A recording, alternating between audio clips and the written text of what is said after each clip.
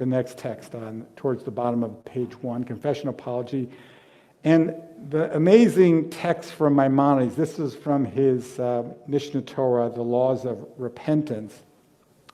He says, anyone who verbalizes his confession without resolving in his heart to abandon sin can be compared to one who immerses in a mikvah, a ritual bath, with a reptile in his hand. Now, this is really a very powerful example, but it may be lost on us, centuries later. A ritual bath is a place you go to be purified. A reptile is actually a source of impurity. So to go into a mikvah with a reptile is to defeat the whole purpose. So what he's saying is, if there's not sincerity, if there's not deep remorse, it's not an apology. I happen to go through a number of tomes to find non-apologies by politicians and religious leaders. But I refuse to put their names next to them because this is not what it's about. It's about trying to become aware of language. It's stunning, actually, how many people are busy apologizing in public life, but they actually aren't really apologizing. And you'll probably laugh and recognize some of the tricks of the trade, how to make an apology not real. So underneath apology without remorse, first one is, I do apologize if you're offended by that. Is that an apology? No. It's on you. I mean, you probably took it too seriously, but I certainly didn't do anything wrong. Or the second one, if I've offended anyone, I'm sorry. Like, I don't own that I did something, or I should be really looking at my own deeds and my own words. The last one is just classic, and if you're really an avid reader of politics, you probably would take a wild guess, but this one is, am I sorry? Of course, if I did the things they said I did. Now, why do I give these three examples? Because something so simple as confessing is not so simple, particularly in this moment, in this time, for all of us who live in a complicated world. So the idea that anyone could really apologize with sincerity, with deep remorse, is itself something that takes a lot of courage. And it certainly takes a lot of backbone. I want to give, to me, the most recent and stunning example. The head of the ADL, the Anti-Defamation League, Jonathan Greenblatt, the CEO, apologized just a couple of days ago in a CNN op-ed that he wrote, and he apologized for a stance that the ADL took regarding the mosque that was going to be created downtown near to where the trade centers once stood. And the ADL took a position publicly against the mosque. I know I actually debated on CNN in that moment the stance that they took. But Jonathan Greenblatt realized, looking at the urgency of the 20th anniversary of 9/11, he paid attention to the withdrawal from Afghanistan. He said, our stance helped to create more anti-Muslim experiences in our community. We have to own that. So his apology wasn't simply a distant thing that happened and trying to just sort of smooth it over. He saw the urgency of apologizing publicly. He did it in the pages of the media. And I think it's just a powerful example of somebody owning a decision, a painful decision, now, upon reflection, a wrong decision, and wanting to do it so that something good could happen. Harm that was caused by the decision could be made better. I want to give another example. I had the privilege on Tuesday to meet with King Abdullah of Jordan. It was a small group of Jewish leaders. We met with him. He's here for the UN General Assembly. And, we had a chance each to ask questions, and again, it was off the record, so all I'm going to comment is on what I said, not what anybody else said. I remembered his father, King Hussein. You may remember the story too. It was 1997. A deranged Jordanian soldier killed 7 Israelis. It was just a horrific, painful moment. What did King Hussein do? He didn't write an op-ed. He didn't take to the airwaves with a microphone and apologize. How would you apologize for the murder of these 7 Israelis? He went and paid Shiva calls to the families. The king of Jordan went into their homes and sat with them on the floor and even bowed down to express the pain and the loss of these souls. Now, I can tell you that, King Hussein no longer walks the earth. His son, King Abdullah, is now the king of Jordan. That gesture of not just apology, but of the deepest expression of solidarity and of condolence was itself a catalyst. It already was the case that Jordan and Israel had a peace agreement already in 1994. But that gesture expressed so deeply to the Israeli people that there was a real deep relationship that could not be undermined even by this horrific accident that happened that took these 7 lives. So I put that out there because, sincere apology, a sincere confession can actually change things. It can move history, it can move issues, and it can, in fact, move a community. So now we're on the second page. If you haven't, sometimes I jump around a little bit. There's a section just towards the top, healing harm. And there's a teaching there by Jericho Vincent, who is a person who grew up in the ultra-Orthodox community, went on to get a master's degree from the Kennedy School at Harvard, and has been a very profound teacher of restorative justice and Judaism, the places where there is deep synergy. It could be that restorative justice affects Jewish practice and Jewish experience. It can also be the case that Jewish practice and teachings can affect restorative justice. They are very powerful in bringing those two together.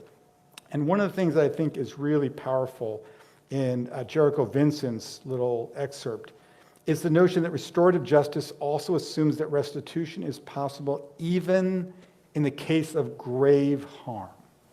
And not a minor hurt or abrasion, but a deep, deep harm. Even in those cases, there is the possibility that there could be some form of healing. It doesn't mean that you can ever go back to the example with King Hussein. Those seven Israelis aren't coming back to life, and there's no amount of money that could compensate for the loss of these souls. But this restorative justice is exactly the way that sometimes we can take on the most challenging and the most difficult examples. We're going to look at the Truth and Reconciliation Commission in South Africa in just a moment. But first, let's get another one of the powerful teachings of Maimonides as frameworks. So the next text on page 2, which in the English says repentance and Yom Kippur. So this is a reminder that when we do all of our al-chet shechatanu, for the sin we have sinned, those are for sins between each of us and the Holy One. But a hurt or a wrongdoing, an act of wrongdoing between us and other people, all of the time in temple does not heal that hurt. We have to go to those individuals. We have to face them. We have to not just beat our chest, but we have to say in clear language, I did something really objectionable and hurtful and painful, and I'm deeply sorry. And then we have to move through the stages of that repair and that healing. So I want to particularly note how Maimonides uses language, because it's a little bit provocative. So he says, repentance and Yom Kippur only atone for sins committed between a person and God. And then the examples he gives, one is to eat forbidden food, right? Well, he obviously knows there's a category of food in Jewish tradition that we don't eat. That is not a sin between people. It's not a sin between the restaurateur or the person who sold it. It's between that individual and God. And then, this is really important, and I've translated it very carefully, or when someone engages in consensual but illicit sexual relations, meaning it's a It's a moral offense, but it is not an offense of one person to the other. I know many of us would say, wait a minute, that category is just not a category that we can, in hard and fast ways, define.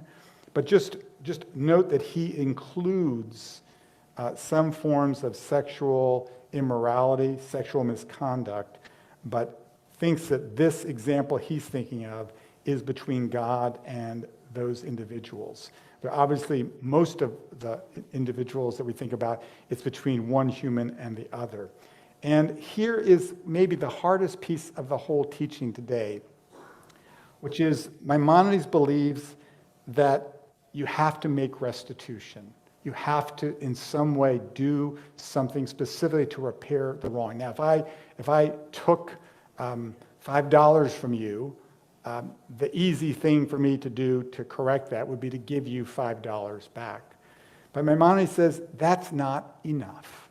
If you've actually done something that caused harm, it might not be an economic or financial matter, you've also probably harmed that individual, their sense of pride, their sense of personhood, whatever that might be. And he says you have to appease. You have to try and really seek out their forgiveness. So just apologizing insincerely, no. Apologizing sincerely, still not enough. We have to work to earn someone's forgiveness. But the restitution is a critical part of it, but it's not the totality of it. I wanted to just lay that out. So let's go to maybe the hardest example this afternoon, which is the South African Truth and Reconciliation Commission. You may know the stories about it. It took place in 1995 in South Africa. And here they had the end of the apartheid rule. How would they somehow bring healing to a society that was literally torn apart? Was there some way? Now, this isn't the only thing that they did, but it's really powerful to see that this is not a legal process. The Nuremberg trials were legal, and people who were brought into the Nuremberg trials for crimes that they committed against the Jewish people, they were brought to a judicial process. They created in South Africa something that we haven't seen very often, but it's, I believe, a very powerful example of restorative justice. So the first thing is, not everyone who wanted to bring a case to the Truth and Reconciliation Commission was allowed to. You applied, and there were thousands that were. And this one example and a rabbi's response to what he witnessed is, I think, an example of that clash between our righteous sense of justice in Judaism and this notion that forgiveness sometimes looks like it's clouding what the right or just thing ought to be. So the case is actually in a really important book by Solomon Schimmel called Wounds Not Healed by Time. And he tells this story from the Truth and Reconciliation Commission where a policeman who had ordered that 2 houses in a black township would be set on fire. 7 adults and 5 children were inside, and all 12 were killed. The amnesty rule, when it was accepted, said that the officer, by telling this story and owning the horrific action, is now exempt from any legal culpability. Well, there's a rabbi who's watching this, and he can't believe what he's hearing. The policeman is in the presence of the families who lost their loved ones. He tells the story about how this happened, his feeling of deep sorrow that it happened. And as the officer is talking, the rabbi is saying, I can't believe this. He said, this is outrageous. How in the world is this all right? So the rabbi says, you can sadistically murder 12 innocent people by burning them alive and then just say you're sorry? That's truth and reconciliation. How is that right? And it's certainly a critique that many of us might have felt were we to have been in the room. But it's also important to note that something happened in these hearings. People were able to tell the hardest truths of things that happened during the apartheid regime. And victims and perpetrators sat together. There was a process of hearing. There was a process of owning what had happened. And not in all cases, but in many cases, it began a very deep process of reconciliation. Not always possible, but sometimes worth reaching for. So I give that example because I think there are a lot of us who are just scratching our heads, thinking, is this really an alternative? How is that possible? But the question is, and we're going to look at in a few moments after we get into some really hard cases, we're going to look at also what happens with reparations. So I just give you a little advance. If we think about reparations with Germany, everyone's aware that Germany contributed enormous sums of reparations to the state of Israel. We think it was, over time it's close to $100 billion. And it's still ongoing, right? So there is a reparations that goes alongside of, yes, there was a judicial process, the Nuremberg laws, and Nazis were hunted down, brought to trial, many were incarcerated, even the celebrated Eichmann in Jerusalem.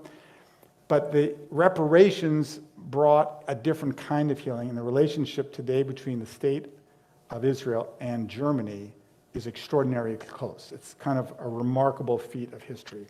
But before we do a little bit more with reparations as an example, as Rabbi Auerbach introduced, we have in the Reform movement, and I'm going to say in Jewish life, and I'm going to broaden it to humankind, we've been going through a reckoning about sexual abuse, sexual predator, sexual immorality that has in so many cases been ignored, overlooked, and not brought to any kind of justice, restorative or any other kind. And the question is, what's at stake and what's involved, and how do we go through that deeper process? So there's a text, if you look on page 3, sexual abuse, Teshuva, and restorative justice. So the teaching I begin with in this section is from an Orthodox researcher who is part of the Orthodox Union Center on Communal Research. She's also part of the SRE endeavor, which is Safety, Respect, and Equity. It's a network of over 140 Jewish organizations that are working to make our communities safer, more filled with respect, and more equity, and particularly thinking in terms of making them safe from sexual predators and sexual misconduct. One of the things that she says is powerful is to say that there's also times when it's not an individual, it's an organization, it's a community, it's a country, it's all of these things. How do we get our heads wrapped around a process that involves many more than a few individuals? It's so profound, it involves something very systemic. And then she, and again, this is not something that's unique to any denomination in Judaism. The Orthodox, the Conservative, the Reform, the Reconstructionists, the Episcopalians, the Presbyterians, the Catholics. Where do you want to look? It's across the board in every one of these communities. And I'm just going to say, in too many of our communities, it's still the case that people look the other way. And it's simply undermining the very moral integrity of our communities. So how do we go about addressing those kinds of issues? Turn to the Ashamnu. This is a creative Ashamnu. Now, we've already sang the Ashamnu how many times? I think, it's one of those, if I sing right now, it's going to probably cause the internet to basically decompose. So I'm not going to sing it. But we just sang it just a few moments ago. We're going to sing it again in the later afternoon, Mincha and Ne'ilah. and it's an alphabetical acrostic of sin. So, all the different things, Asham, Nu, Bagad, Nu, go through the whole litany. These remarkable individuals created a Neshamnu for sexual misconduct. And they don't mince words.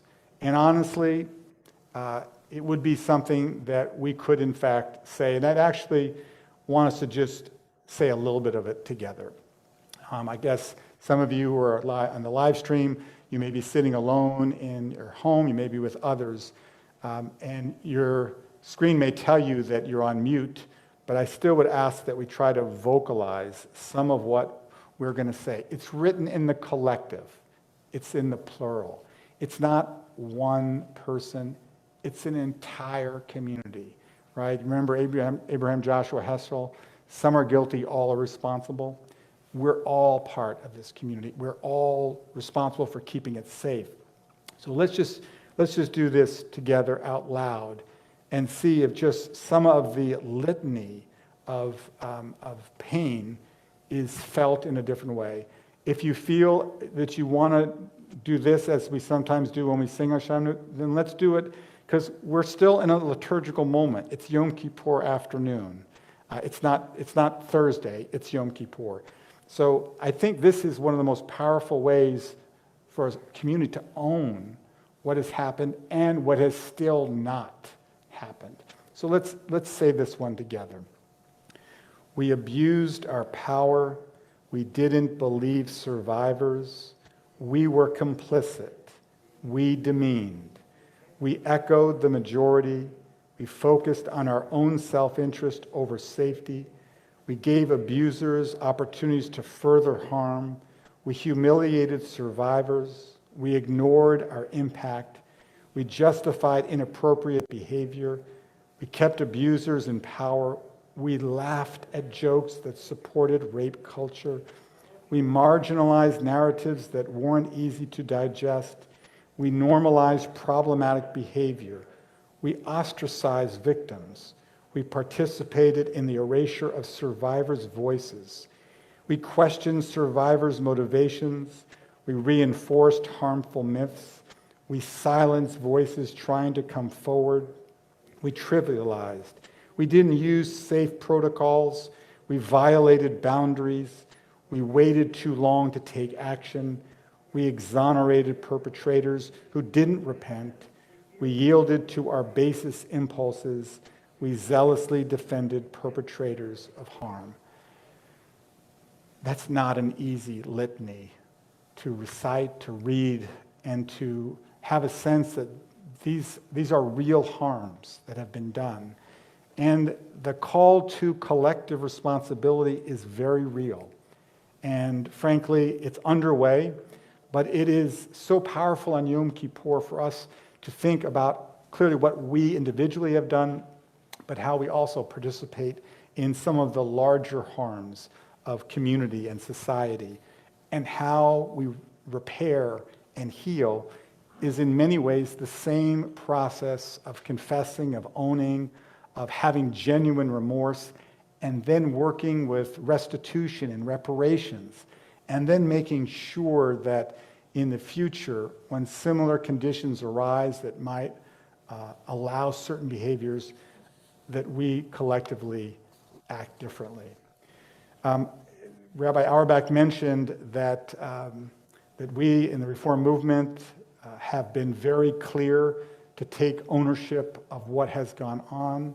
Again, there are many different examples. I will use none of them. I just want us to be literally at that level that we can see and protect and own behaviors for our entire community. But the section called Ethical Accountability is literally in a video message that was sent out yesterday to the Reform movement and on social media sent out widely, because it's important for an apology and a confession and to own something, for it to go not just to the people you bump into, but into the widest possible arenas, that people could know what it is that we are committed to do, and to make restitution, and to heal the harms when possible, and restorative justice, and to put victims' experiences at the center, right? That is absolutely key to this work, and it's painful, and it's underway, and there's more to be done. So I feel like that probably needs just a deep breath. So just take a deep breath with me. We're going to come back, and I hope in the Q&A we'll have a chance to do some of that. I want to just, the last section, I just want to make further mention about reparations. So the reform movement, at our last biennial in Chicago in 2019, which feels like it was 15 years ago, because it was before the pandemic, we passed a resolution on reparations. Not that we know exactly how reparations ought to be carried out for African Americans in the United States, but this was a resolution about studying and coming up with some collective sense of what could we do?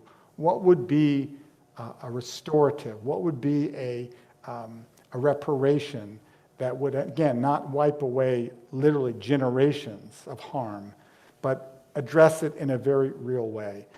Well, I can tell you that there are people in our reform community who say, well, reparations, that's not something we would be supportive of. Well, as I mentioned, in Israel, it not only was debated, by the way, the Knesset debated whether to accept German reparations. Any idea of how unanimous the support was to accept?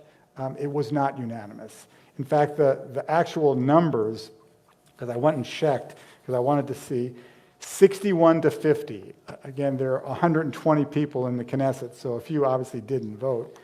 But there was some very significant opposition, including from Menachem Begin, who went on to become prime minister, to think about whether we would morally be compromised by accepting, in a sense, blood money from Germany. But Israel received a very large sum, and individual Holocaust survivors to this day still receive reparations payments. So it is actually something we as a people have experienced. So if we have some different views, I remember a great sermon I heard this morning from Rabbi Buchdahl. We can actually have different views. That's very Jewish, right? We can have Rabbi Yochanan ben Zakkai and Reish Lakish. That's Jewish. It was in the Knesset, there was a debate. There was a decision as well, but there was debate. We simply wanted, as a reform movement, to say we are in favor of studying and seeing if there's some way that our country could figure out a way to make some kind of restitutions. Now, you may be aware of a phenomenal book, Cast, by Isabel Wilkerson. Rabbi Buchdahl did a phenomenal interview with her for the Museum of Jewish Heritage months ago, but you can Google and find it. It was wonderful. Well, Isabel Wilkerson, one of the things she studies is reparations in Germany, and here's what she says. She says, in Germany, restitution has rightly been paid and continues to be paid to survivors of the Holocaust. In America, however, it was the slaveholders who got restitution, not the people whose lives and wages were stolen from them for 12 generations. It's a kind of staggering thing just to contemplate for a moment. So what is reparations? Reparations is part of Maimonides' sequence of healing harm. It's not enough to say I'm sorry. It's not enough to even mean that I'm sorry. It's important, if it is possible, to make some kind of restitution, some reparation, repair. And in some cases, it's simply impossible. But in other cases, like with Germany and Israel, it is possible. So I put that out there. I think what I'd like to do, Rabbi Auerbach, if you're not too tired at this point in the Yom Kippur afternoon, to do some walking around with a microphone, and certainly to invite people online that they could use the chat in Facebook to pose questions. And again, I would just ask if you could pose a question to any one of the things that we talked about, or maybe something that we haven't talked about that's weighing heavily on you. Let's have the last bit of time be Q&A, and then I'll just conclude with a couple of reflections. But let's open the floor to questions, and in person here in the chapel or online as well. Hi, can you hear me? Yes, we can hear you fine. Those masks.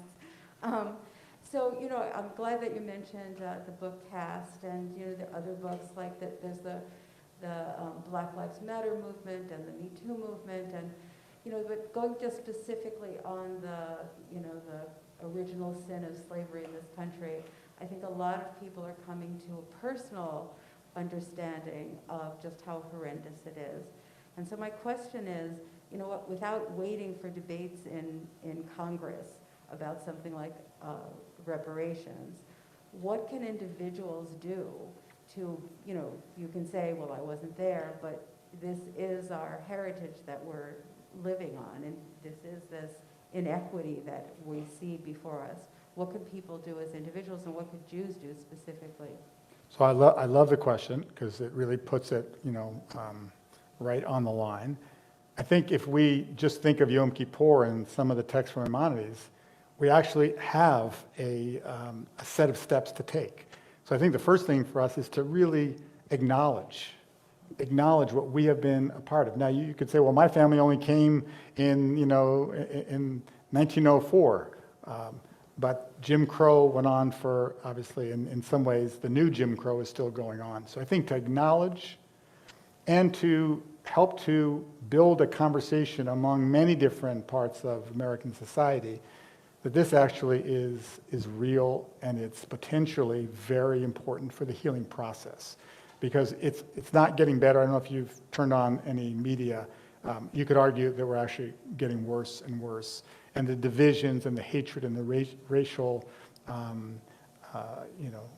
hate and bigotry and demeaning that goes on every day is poisoning our entire society. So I think the real question, and the question I wanted to pose, and you obviously are picking right up on it, which is we have to act.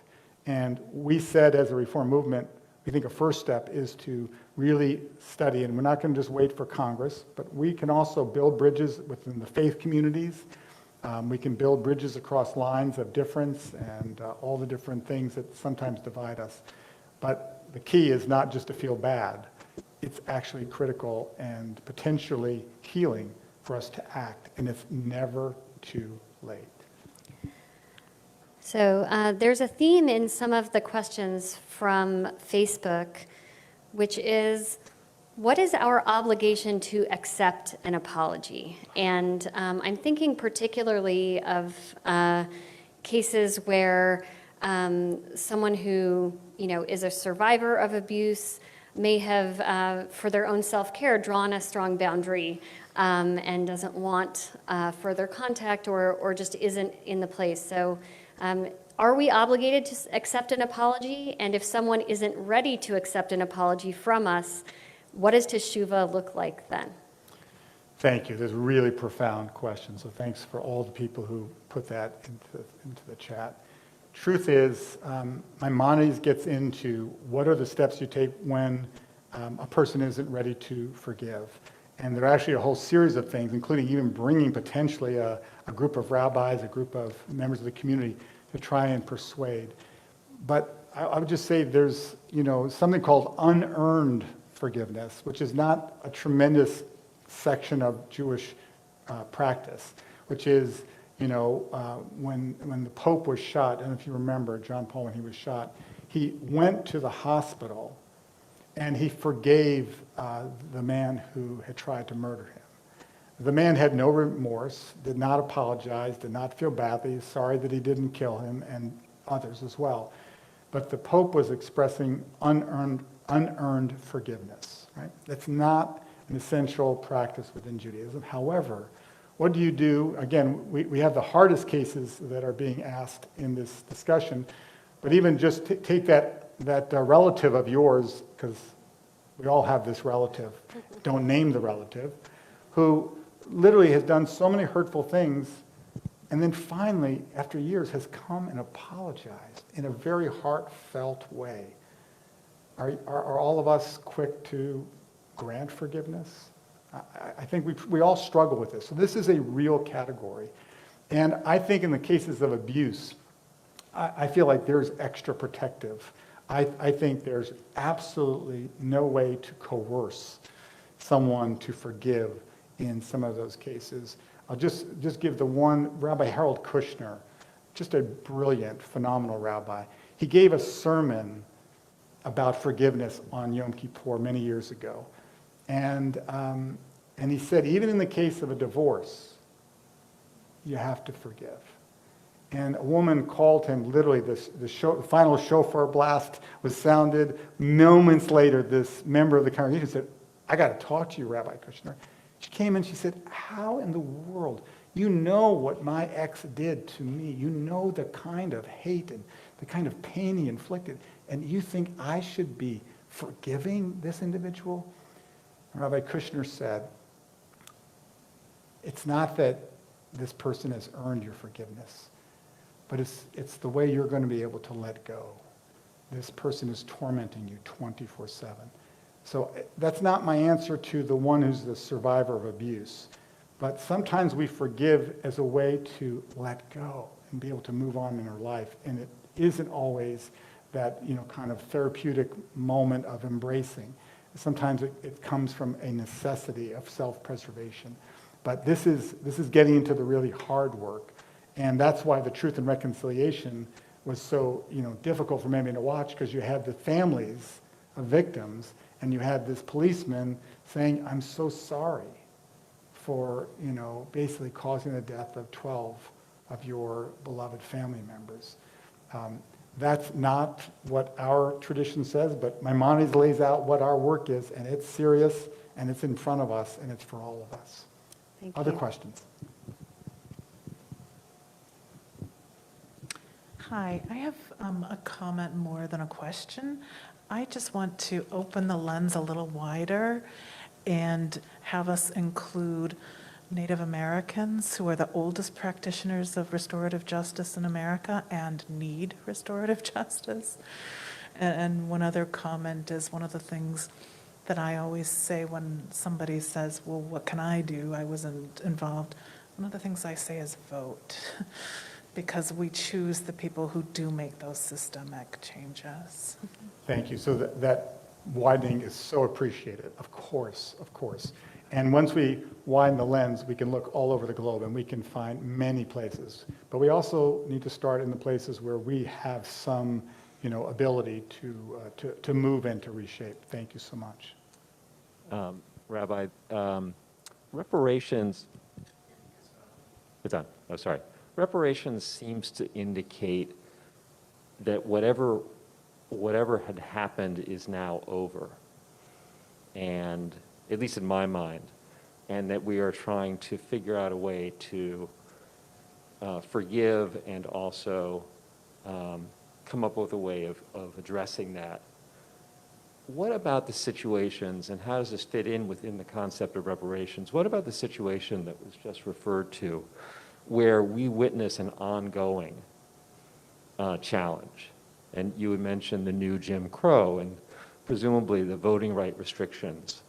What is our obligation within the context of Maimonides to fight within that concept? So I think it would probably be a bit of rabbinic malpractice for me to say, I know what Maimonides would say exactly in this moment. That's probably over the line. But what I would say, that the sort of methodology that he outlines, and we've been trying to use as our lens for looking at this, is to say that, it's not that all of a sudden, some dollars are exchanged and, something is simply wiped out. But what he's saying is there must be some process by which there is some reparations, restoration, restitution. That must be. And that it is the key, is what happens down the road. So voting rights, let's take voting rights. It's one of the most distressing things going on right now in America. And, if you think about Jim Crow, and you don't put it together and say, we're being tested now in a very real way.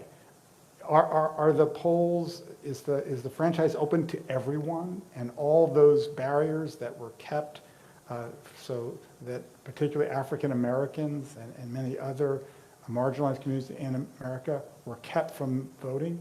So that's a perfect example of, that would be one of the ways Maimonides says in the fourth thing, make sure in new situations you don't act in that old way.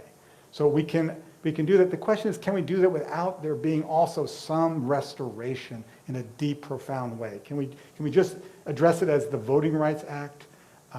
What happens when George Floyd and so many others are killed on our streets? Those aren't just one, horrific thing followed by another horrific. It's a pattern. And the question is, what do we need to address the deeper, systemic parts? And also to make sure that we're not just looking back, but we're looking right into the moment we're in, and to make sure we don't allow things that must not happen to happen. But I think if we don't do the deeper restoration, I think it's very unlikely that we'll be able as a society to ever really turn that corner. Rabbi, I see that we have about 5 minutes. Do you have time for one more question, or do you? Of course. Okay, great. Hi. First of all, thank you so much for leading us in this learning. I wanted to know if you could comment on the challenge that a leader of a Jewish organization, of a large Jewish organization, faces in when circumstances like abuse come up or are realized after many, many years, in the feeling of the need to protect the organization and the legality and to protect the good that the organization does do. And of course, with the need to protect the individuals. So thank you for the question. Not theoretical for me. And every day I wake up with this enormous honor and responsibility of leading the reform movement. I think to protect the organization at the expense of individuals is just, that's just throwing morality out the window. I think there must be a way to do what's right in those situations, and that means to be accountable for what we have done. And that's our stance going forward. And it is certainly an evolving sense of what an organization needs to do to be accountable today. What are the preventative systems that are in place? What are the ways in which we overlook the way that staff and volunteers and all those places? So I think it's been an operative assumption that protecting the institution means denying and being unwilling to apologize and to face and to try and do whatever we can to heal harms and to prevent further harms. Those are moral imperatives. Those are Judaic bottom lines. And we have to go out of business if we can't keep those bottom lines and going forward. So I want to just give you one last example. Happened a couple of weeks ago. Do you know when the Prime Minister of Israel, Naftali Bennett, was in Washington to meet with President Biden? He had to spend Shabbat because the delay was a pretty horrific week in the life of our country and the exit from Afghanistan. So he stayed over on Shabbat. And you'll see this towards the bottom of the fourth page. And they put him up. He's actually an observant Jew. He's traditional. He would probably say he's a modern Orthodox Jew. And before, there were about 10 minutes before Shabbat, they were in a hotel ballroom, very small one, but set up as a sanctuary for services. And he's the Prime Minister of Israel, and he's got the media there. He's got his staff there. He says, we got 10 minutes. I'm going to give a little Devar Torah. Do you love that? I love that that's the way he thinks. And by the way, let me just say, truth to just name it, Naftali Bennett and I probably disagree on many, many things. But apropos of Rabbi Buchdahl's sermon, deep respect. We agree on many things as well. So he says his lesson, and this was cataloged by a journalist from the Jerusalem Post who was there. And so she summarizes what is his Devar Torah. She says he launched into a second lesson comparing the sins of King Saul and David and their repentance. The bottom line was that a leader is judged not only by his mistakes, but by whether he owns up to and learns from them. Now, he's not apologizing for something specific he did, but I love a political leader who just says we actually have a tradition. We have obligations, and if we're in public life, in responsible positions, we actually have to hold ourselves accountable.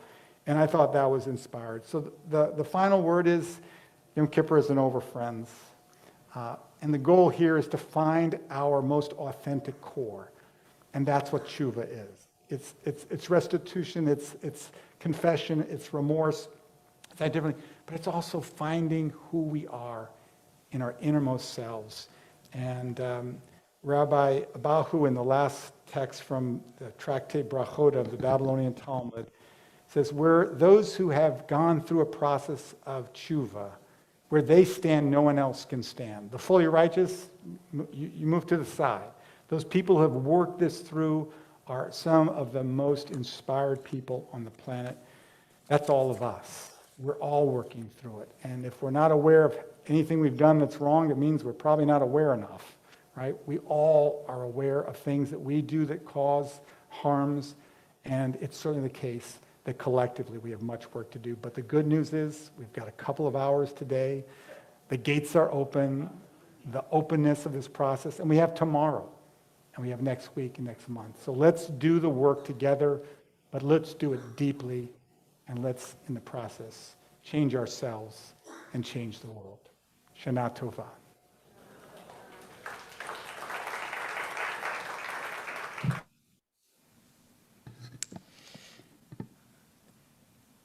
Shana Tova to all of you, and inspiring words from Rabbi Jacobs as we all seek to better ourselves and figure out how we can be responsible both communally, over large institutions, and also on an individual level. So it's now 5 o'clock. Our service will begin at 5:30 as we begin to wrap up with Yom Kippur, and then 7 o'clock on our patio. We aspire to finish our service at around 6:30, giving people ample time to make their way to temple and join us for our 7 o'clock conclusion of Yom Kippur in person, with the concluding part, and then Havdalah and a little treat to break the fast together. We'll see you all soon.